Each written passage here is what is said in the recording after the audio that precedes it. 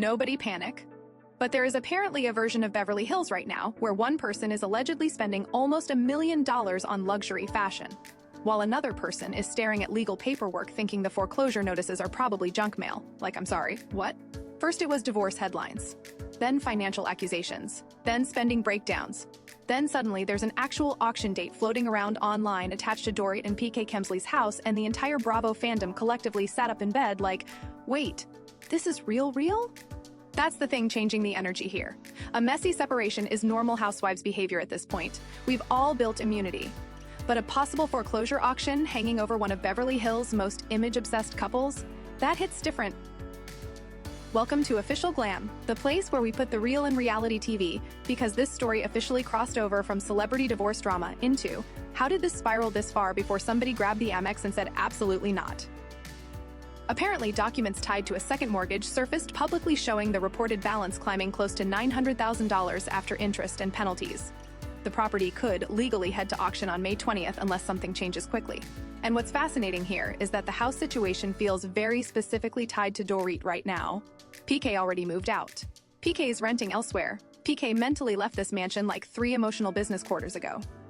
Meanwhile, Dorit is still inside the house trying to maintain life as normal with the children, while all this legal chaos unfolds publicly around her.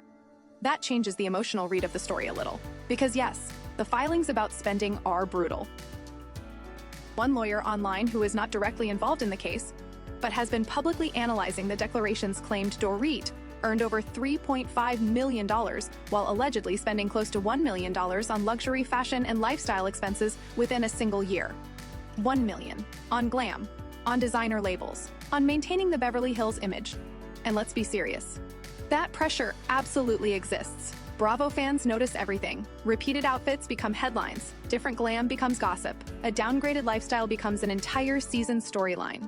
So when Dorit reportedly blamed Bravo expectations and contractual image pressure for some of the spending, people online actually paused for a second instead of immediately dismissing it. Because what exactly is Beverly Hills rewarding if not appearance?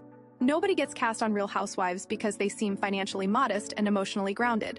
That's not the assignment. The franchise runs on fantasy, luxury, excess, the illusion that these women live above regular life problems. Now, obviously, at some point personal responsibility still enters the conversation. Nobody forced almost $1 million in luxury spending allegedly into existence. But I also think people are acting like PK had absolutely nothing to do with building this lifestyle in the first place. And that feels a little revisionist. This is the same man who knew Bravo culture, knew the expectations, knew the social world, knew what kind of image the Real Housewives of Beverly Hills rewards. Then somewhere along the line, according to the filings and text messages, the relationship seems to shift from, we built this together, into, actually, this is your financial apocalypse now. That's where the audience started splitting. Because legally speaking, the divorce isn't finalized, the support issues are not finalized, the property situation itself is still unfolding. Yet the emotional tone coming from some of these filings and leaked texts already feels like two people living in completely different realities. One side sounds exhausted and financially panicked. The other side sounds emotionally done. And honestly, that tension is what makes this feel darker than regular Bravo gossip. Because underneath the luxury labels and court documents, this really sounds like two people fighting over what happens when the fantasy stops paying for itself. Then the text messages leaked online. That's where the tone completely shifted for me. One message, allegedly from PK, accuses Dorit of choosing herself over the children and calls her an addict who refuses to learn from mistakes. Another says his goodwill toward her had officially run out and tells her not to ask him for sympathy, support, or protection anymore.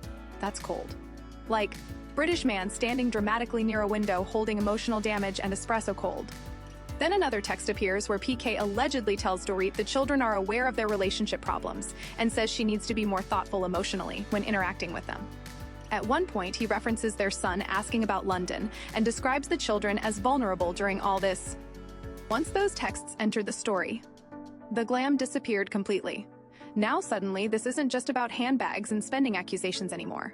This is two parents unraveling publicly while financial panic, resentment, divorce, children, and legal pressure all collide at the same time. That's brutal. And weirdly, both sides still feel believable. People absolutely believe Dorit got consumed by the pressure to maintain the Beverly Hills image. People also believe PK eventually looked at the numbers and snapped. Both things can exist at once. Still, I think viewers are reacting emotionally to the idea that Dorit may have believed there would be time before things reached this level. Time for the courts. Time for support rulings. Time for the divorce process to stabilize financially. Then suddenly there's an auction countdown attached to the house, and the entire situation goes from messy to terrifyingly urgent almost overnight. That changes everything emotionally, because a cheating rumor is entertaining, a cast feud is fun. A possible foreclosure auction in literally days while private family texts leak online? That feels horrifyingly real. And honestly, that's probably why this story exploded the way it did. This doesn't really feel like one villain and one victim. It feels more like two people who built a lifestyle together, then reached the point where neither one agreed on who was supposed to keep financing the illusion once the marriage collapsed. At this point, I don't even think people are watching because they hate Dorit or love PK. People are watching because this feels like the first time in a while the Beverly Hills illusion cracked publicly in a way that couldn't be hidden behind glam squads, confessionals, and carefully produced dinner parties where everybody pretends to sip water while emotionally assassinating each other. The paperwork got louder than the performance. Anyway, I need to know where you land on this because the audience is completely split right now. Do you think Bravo culture creates impossible pressure to maintain appearances? Or do you think there comes a point where personal accountability overrides all of it no matter what? Because weirdly, both conversations feel true at the exact same time. If you enjoyed the video, don't forget to like, subscribe, and turn on notifications so you don't miss future Bravo chaos. I'll see you in the next one.